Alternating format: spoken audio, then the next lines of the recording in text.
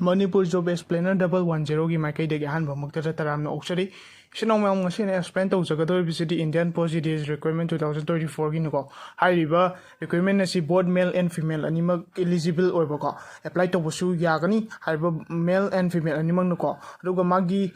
qualification jina only 10 pass niko aduga fare sinomyam hairiba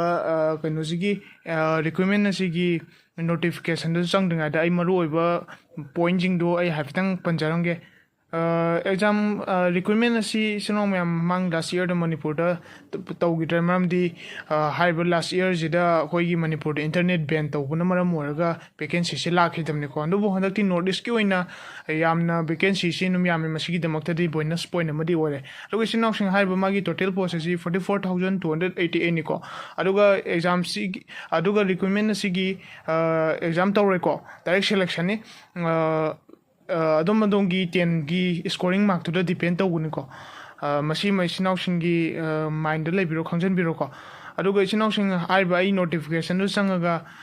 kari kari yauri ge have du sinau sing ga puna yeng minarsi parent di sinau sing geng minata sigi mangoi na nu sibido nei ge channel su subscribe to san bio gi channel si job vacancy ga mari leina banga ta update tawjabani ko aina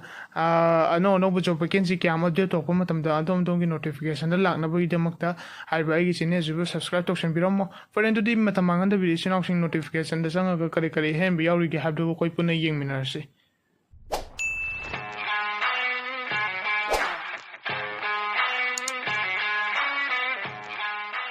Sinopsing schedule program in the GDS online engagement schedule July ki ko sinopsing high candidates in dugi ko magi vacancy post branch postmaster gi na ko BPM and ID assistant branch postmaster BPM dakshiba ki na piri sida ko dugi sinopsing na online gi through the thasing ni wole ga jo sida enumi ticket tawja ke sida piri ko Indian Post GDS online.gov jida sangpi raga adum apply tawba yarani ko aduga makha tarakpada kari kari yaurage habijing to ayaba usarake sida laire magi registration ga submission gi application gi schedule che ko 15/7/2024 to 5/8/2024 ne sida pali ko aduga magi correction gi sumaran gi correction gi jina 6/8/2024 to 8/8/2024 na sida pali ko asini sinopsing aduga magi makha tarakpada magi kainosi branch postmaster BPM gi oina ko hai magi job profile si kadoba day to day postal operation branch of post office and Indian Post Payment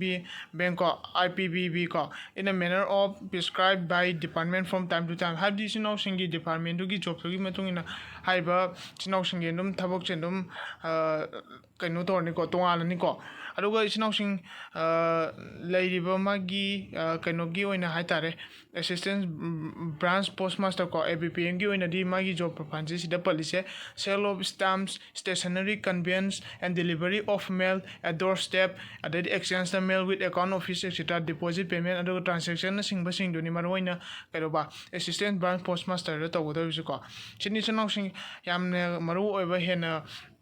yaubana ti sinopsing na su hena khangaba kaino ni ko recruitment ji gi matang da aduga sinopsing haiba recruitment ji gi sinopsing na notification ji yening bole ga su ai gi makha da pi ba whatsapp gi group ki link ji chang pi raga haiba group ji da ge nom kaino si notification ji gi PDF si download to bi ba nom yar ni ko aduga magi job ki salary si jo khoi hapetang yeng mina ji BPM gi oina leiba si rupees 12000 dagi horaga rupees 29380 ba upali ko aduga magi ABPM gi dakshipa ki oina 10000 dagi na 24000 book pali aduga magi eligibility criteria si sinopsing yeng mina si aduga sida mana period age limit se sinopsing minimum age 18 years ne ko aduga maximum age na 40 years ne aduga hairiba magi age relaxation jo num dai ni ko age relaxation se hapet ai usarake ko aduga si SC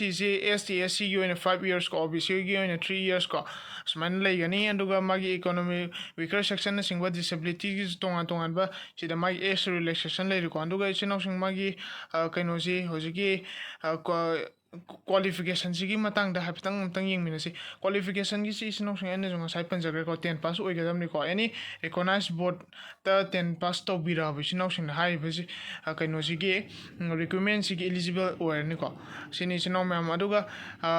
ꯍꯣꯔꯦꯟ ꯑꯩꯅ ꯃꯈꯥ ꯇꯥꯔꯛꯄꯗ ꯏꯆꯤꯟꯅꯥꯎꯁꯤꯡ bonus point ꯑꯃꯈꯛ ꯍꯥꯏꯖꯔꯛꯀꯅꯤꯀꯣ ꯃꯗꯨ ꯌꯥꯝ ꯃꯔꯨ ꯑꯣꯏꯕ ꯑꯣꯏꯔꯦ ꯑꯗꯨꯒ ꯃꯥꯒꯤ ꯑꯗꯔ ꯀ꯭ꯋꯥꯂꯤꯐꯤꯀꯦꯁꯟꯁꯤꯒꯤ ꯑꯣꯏꯅ ꯏꯆꯤꯟꯅꯥꯎꯁꯤꯡꯁꯤ ꯂꯩꯔꯤꯕꯁꯤ ꯅꯣꯂꯦꯖ ꯑꯣꯐ ꯀꯝꯄ꯭ꯌꯨꯇꯔ ꯀꯣ ꯀꯝꯄ꯭ꯌꯨꯇꯔꯒꯤ ꯅꯣꯂꯦꯖ ꯈꯔ ꯂꯩꯕꯤꯒꯗꯕꯅꯤ ꯍꯥꯏꯕꯅꯤ ꯑꯗꯨꯒ ꯅꯣꯂꯦꯖ ꯑꯣꯐ ꯁꯥꯏꯀ꯭ꯂꯤꯡ ꯂꯩꯕꯤꯒꯗꯕꯅꯤꯀꯣ ꯁꯥꯏꯀꯜ ꯊꯧꯕ ꯍꯩꯕ ꯑꯣꯏꯒꯗꯕꯅꯤꯀꯣ ꯑꯗꯨꯒ ꯑꯦꯗꯦꯀ꯭ꯋꯦꯠ ꯃꯤꯟꯁ ꯑꯣꯐ ꯂꯥꯏꯚꯂꯤꯍꯨꯗ ꯀꯣ ꯏꯆꯤꯟꯅꯥꯎꯁꯤꯡ ꯃꯔꯨꯑꯣꯏꯅ ꯁꯤꯗ ꯀꯩꯅꯣ ꯇꯧꯔꯤꯕꯁꯦ ꯁꯤꯗ ꯍꯥꯏꯅꯤꯡꯂꯤꯕꯁꯤ ꯀꯩꯝꯇ ꯅꯠꯇꯦ ꯏꯆꯤꯟꯅꯥꯎꯁꯤꯡꯁꯤꯗꯀꯣ ꯂꯣꯀꯦꯜ ꯂꯦꯡꯒ꯭ꯋꯦꯖ ꯑꯗꯨꯝ ꯍꯩꯕꯤꯒꯗꯕꯅꯤꯀꯣ ꯑꯗꯨꯒ ꯏꯆꯤꯟꯅꯥꯎꯁꯤꯡꯗ ꯑꯩꯅ ꯍꯥꯏꯅꯤꯡꯕꯁꯤ ꯃꯣꯏ ꯃꯃꯥꯡꯗꯗꯤ ꯍꯥꯏꯔꯤꯕ ꯃꯥꯒꯤ ꯀꯝꯄ꯭ꯌꯨꯇꯔꯒꯤ ꯅꯣꯂꯦꯖꯁꯤ ꯁꯥꯔꯇꯤꯐꯤꯀꯦꯠ ꯆꯪꯕꯅꯤꯀꯣ ꯁꯥꯔꯇꯤꯐꯤꯀꯦꯠ ꯆꯪꯕꯅꯤ 3 monthsꯀꯤ ꯑꯣꯏꯔꯁꯨ ꯑꯗꯨꯃꯥꯏꯅ ꯆꯪꯕꯅꯤ ꯑꯗꯨꯕꯨ ꯍꯟꯗꯛꯇꯤ ꯄꯟꯗꯦ ꯑꯗꯨꯕꯨ ꯏꯆꯤꯟꯅꯥꯎꯁꯤꯡ ꯌꯥꯔꯒꯗꯤ ꯑꯗꯨꯝ ꯀꯝꯄ꯭ꯌꯨꯇꯔꯒꯤ ꯑꯗꯣꯝꯒꯤ ꯀꯝꯄ꯭ꯌꯨꯇꯔꯒꯤ ꯁꯥꯔꯇꯤꯐꯤꯀꯦꯠ ꯀꯣ 3 monthsꯀꯤꯕꯨ ꯑꯣꯏꯔꯒꯁꯨ ꯂꯩꯕꯤ ꯇꯥꯔꯒꯗꯤ ꯑꯗꯨꯝ ꯍꯥꯞꯆꯤꯟꯕꯤꯕ ꯑꯗꯨꯝ ꯌꯥꯏꯀꯣ ꯑꯗꯨꯒ ꯏꯆꯤꯟꯅꯥꯎꯁꯤꯡ ꯃꯥꯒꯤ SC ST OBCꯒꯤ ꯑꯣꯏꯅ ꯔꯤꯖꯥꯔꯕꯦꯁꯟꯁꯨ ꯑꯗꯨꯝ ꯄꯤꯔꯤꯀꯣ ꯑꯗꯨꯒ ꯏꯆꯤꯟꯅꯥꯎꯁꯤꯡꯗ ꯑꯩꯅ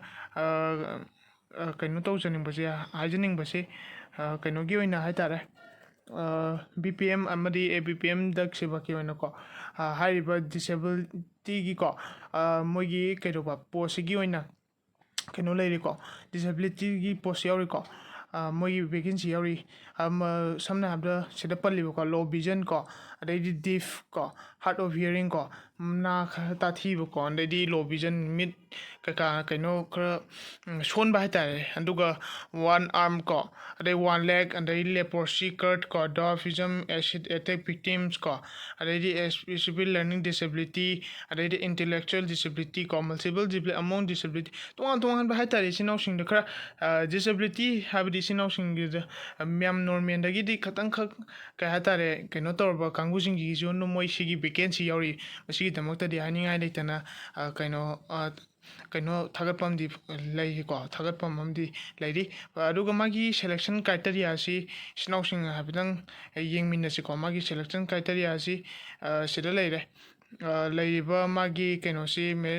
ꯗ merit list will be prepare on the basis of mark of 10 ꯀꯣ ꯑꯩꯅꯁꯨ ꯉꯁꯥꯏ ꯃꯃꯥꯡꯗ ꯄꯟꯖꯕꯗꯣ ꯑꯗꯣꯝꯒꯤ 10ꯒꯤ ꯁ꯭ꯀꯣꯔꯤꯡ ꯃꯥꯔꯛꯇꯨꯗ ꯑꯗꯨꯝ ꯗꯤꯄꯦꯟ ꯇꯧꯕꯅꯤꯀꯣ ꯃꯥꯒꯤ ꯁꯦꯂꯦꯛꯁꯟ ꯀ꯭ꯔꯥꯏꯇꯦꯔꯤꯌꯥꯁꯦ ꯑꯗꯨꯅꯤ ꯏꯆꯤꯟꯅꯥꯎꯁꯤꯡꯗ ꯑꯩꯅꯁꯨ ꯃꯃꯥꯡꯗ ꯄꯟꯖꯕꯗꯣ ꯑꯗꯨꯒ ꯏꯆꯤꯟꯅꯥꯎꯁꯤꯡꯁꯤꯗ ꯂꯩꯔꯤꯕ ꯃꯥꯒꯤ ꯀꯩꯅꯣꯁꯤ ꯍꯟꯗꯛꯀꯤ ꯀꯩꯅꯣ 2000 ꯀꯩꯅꯣꯁꯤꯗꯒꯤꯗꯤ ꯍꯟꯗꯛꯀꯤ ꯑꯅꯧꯕ 10 ꯊꯥꯛꯄ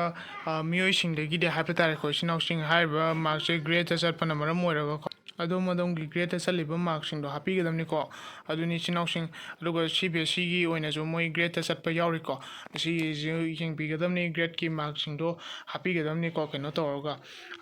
ꯐꯔꯦ ꯏꯆꯤꯟꯅꯥꯎꯁꯤꯡ ꯁꯤꯅꯤ ꯃꯔꯨꯑꯣꯏꯕ ꯃꯥꯒꯤ ꯄꯣꯏꯟꯁꯤꯡꯁꯦ ꯑꯗꯨꯒ ꯏꯆꯤꯟꯅꯥꯎꯁꯤꯡꯗ ꯌꯥꯝꯅ ꯃꯔꯨꯑꯣꯏꯕ ꯑꯃꯅ ꯃꯥꯒꯤ ꯀꯝꯃꯨꯅꯤꯀꯦꯁꯟ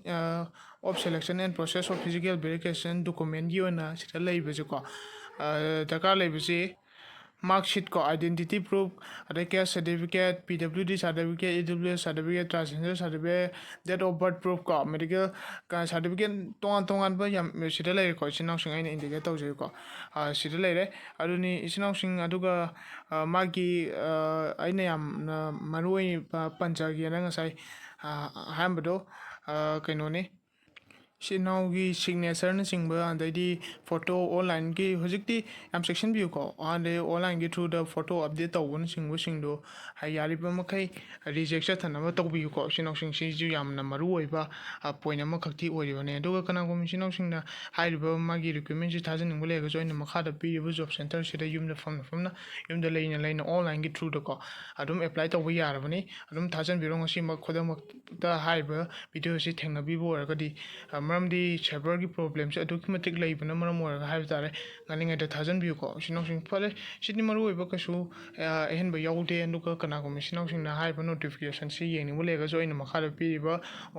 ꯗꯤꯁꯀ꯭ꯔꯤꯞꯁꯟꯗ ꯍꯥꯞꯄꯤꯕ ꯋꯥꯆꯞꯀꯤ ꯒ꯭ꯔꯨꯞꯀꯤ ꯂꯤꯡꯁꯦ ꯆꯪꯕꯤꯔꯒ ꯍꯥꯏꯔꯤꯕ PDF ꯅꯣꯇꯤꯐꯤꯀꯦꯁꯟꯁꯤ ꯑꯗꯨꯝ ꯗꯥꯎꯟꯂꯣꯗ ꯇꯧꯕꯤꯕꯁꯨ ꯌꯥꯔꯒꯅꯤꯀꯣ ꯐꯔꯦ ꯏꯆꯤꯟꯅꯥꯎꯁꯤꯡ ꯁꯤꯅꯤ ꯑꯍꯦꯟꯕ ꯀꯩꯁꯨ ꯌꯥꯎꯗꯦꯀꯣ ꯑꯩꯒꯤ ꯆꯦꯅꯦꯜ ꯑꯁꯤꯕꯨ ꯑꯗꯨꯝ ꯁꯞꯄꯣꯔꯠ ꯇꯧꯕꯤꯌꯨ ꯑꯗꯨꯝ ꯅꯨꯡꯁꯤꯕꯤꯌꯨ ꯃꯇꯝꯒꯤ ꯑꯅꯧꯕ ꯖꯣꯕ ꯚꯦꯀꯦꯟꯁꯤ ꯀꯌꯥ ꯑꯃ ꯑꯗꯨꯝ ꯑꯩ ꯑꯞꯗꯦꯠ ꯇꯧꯖꯔꯛꯀꯦ ꯍꯥꯏꯕ ꯋꯥꯐꯝꯁꯤ ꯊꯝꯖꯔꯤ ꯐꯔꯦ ꯏꯆꯤꯟ ꯏꯅꯥꯎ ꯃꯌꯥꯝ ꯑꯗꯨꯗꯤ ꯉꯁꯤꯒꯤ ꯑꯣꯏꯅꯗꯤ ꯌꯥꯏꯐꯔꯦ